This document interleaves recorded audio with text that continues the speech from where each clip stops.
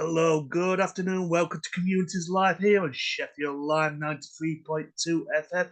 And we have director Kyle Sevenoaks. Good afternoon. Good afternoon. How's it going? All right, thank you. How are you? I'm good. A bit wet out here, but I'm all right. Fine. Yeah, thanks. So, for our listeners at home who is listening, give us a bit of background. Tell us a bit about yourself. Well, I'm British Norwegian, mostly British, having been born and grew up in England, but out here now in Norway. Previously a musician, mostly in metal and everything. Launched loads of albums and songs and stuff, and directed a bunch of music videos with that. And so naturally went over to narrative storytelling in the horror genre since I've been such a massive horror fan since I was a kid. So that's And I a want very, to ask, very brief summation. you mentioned horrors. So what was Mm. the first film that actually caught your attention that you wanted to be a horror director? Well, the first horror film I saw accidentally when I was 5 years old was The Terminator. Right. I just happened to be in the room. My parents had no idea. They put it on, and I was just in there. They're like, "Oh shit, you shouldn't be watching this," you know. I was like, "Ooh," so I got carted out. But the first one I really remember having an effect on me was the remake of The Blob, and I wasn't much older, but it terrified me when I was such a young kid. I chose to leave the room, so it's like I don't remember why, but I watched it again recently. I'm like, this is not scary at all. But as a kid, of course, anything could be scary. But yeah, The Blob, the '80s remake. And Terminator. I mean, it's such a classic film. I mean, Yeah. you can't beat the original two, can you? Absolutely not. They are the best. Although I'm looking forward to the Netflix show. That's apparently going to be quite good. So you never know. Never know. And Mm. I've got to ask as well for a director. I mean, who are your main influences? And also, a second part to this question is, if there's anybody that you could work with in the near future, who would it be and why? Hmm.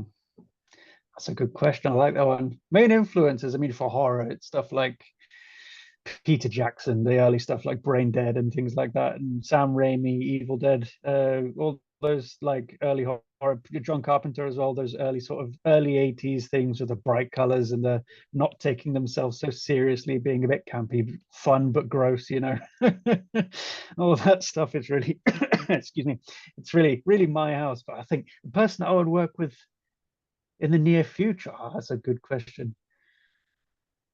I think for you know what I've been imagining in my head, like writing a serial killer, very serious horror film, a serial killer script, and casting David Duchovny as the main lead. Right. I think he'd nail it. I really do. Interesting. Well, hopefully, you might be listening to you. Never know.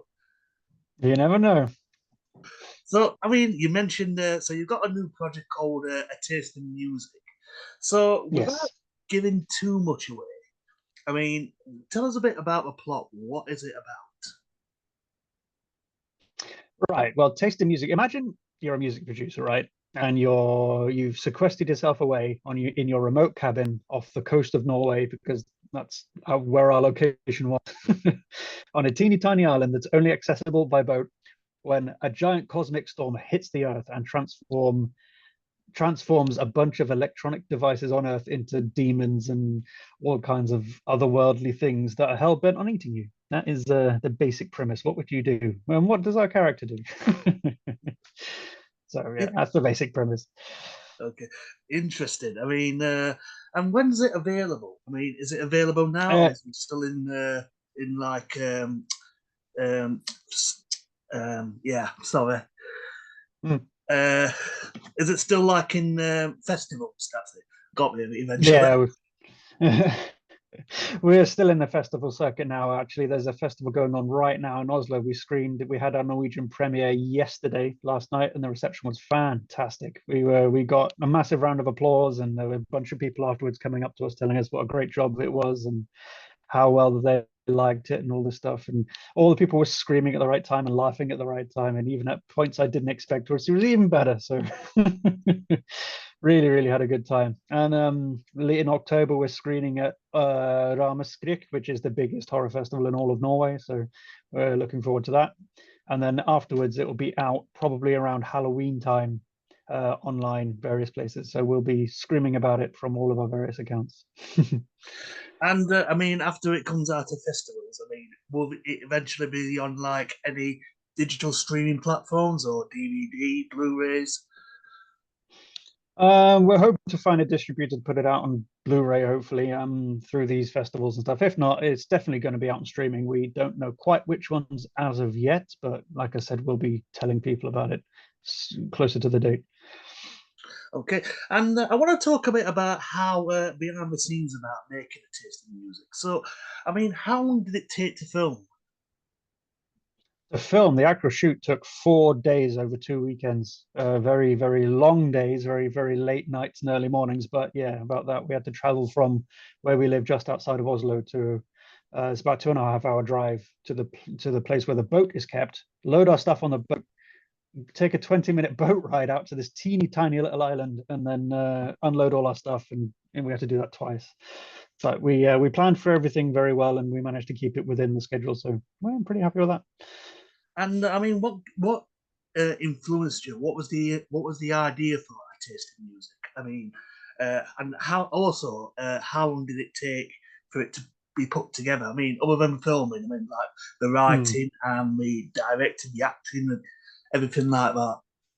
Yeah, well, the writing took about, I would say, 6 weeks. I did a first draft. We went through it as a crew with the actor and the DOP and everything, and then we I did some rewrites there because they had some notes, and then we went through it again, and then it was pretty much there. We said we changed one or two things, and we also said we would shoot a couple of scenes two different ways and see which one was better because we had a couple of disagreements, but that was fine. That usually happens. So that took about 6 weeks altogether, and then I had to build the puppet, which took 4 days, and then get all the other props and stuff together, like the clothing and the costume and wardrobe and all of the fake blood we used, and the blood pump for that one specific scene where we needed a blood pump, which was amazing. So that took a couple of weeks altogether, I think, and then shoot, like I said, took about 4 days, and then post took about 6 weeks, 6 7 weeks, maybe eight, because I had to send it off for editing, and that took a few rounds. And then color grading, I wanted it really brightly colored. I didn't want it to be dark, and I really wanted the bright, strong colors in it because that's what I love. So, Yeah. that took yeah about 8 weeks, I think, for post, and then we were done. Finally, we were like, oh, it's a lot of work. It's only a 9 minute film, but there's a lot of work. Yeah. And I mean, like you say, it's a lot of work for a 9 minute film. But I mean, to Mm. say, I wanted to talk about for future. If there's any feature films that you would love to work on, whether it's a franchise, I mean, is that what franchise would you love to work on if you could today? Which a If I franchise would could today, I think definitely I have some ideas for some stuff in Terminator, like I mentioned earlier, and I think Predator. Predator? Yeah. Interesting. I mean, See, because I mean, I've got to say the first Predator film is really good. I mean, that's one of my favorite all time films, especially Terminator as well. I mean, Terminator one and yeah, two are the best as far as I'm concerned. I completely agree.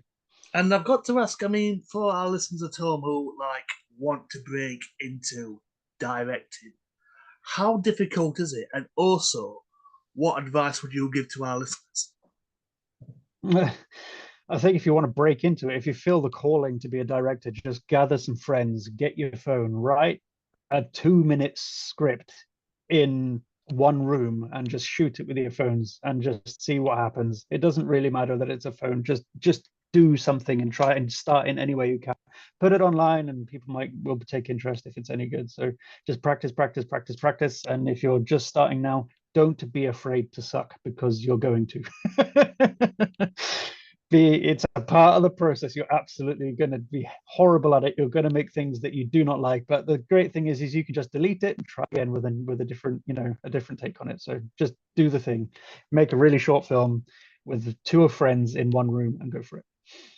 I have a friend actually that just directed one fight scene in a parking garage in his building, and it looks great. They shot it on films, but they planned it for a couple of weeks, and it looks great. Went really well. So that's exactly what you got to do. Just start. And I mean, to anybody that wants to follow you on social media, do you have like X, formerly known as Twitter, Instagram, Facebook? Yeah, on all of those actually, it's just Kyle Sevenoaks, just my name. I think on Twitter it's with an underscore between the two names, but otherwise, yeah, it's just my name everywhere. Okay. And my final question for you, Kyle, is because I like to give a final word to you, is what would you like to say to our listeners who is listening right When the film comes out, go watch it and love it. No, I'm kidding. now? Thanks for having me. This has been great. Kyle, it's been an absolute pleasure. Thank you very much for your time. Thank you very much. Been a pleasure.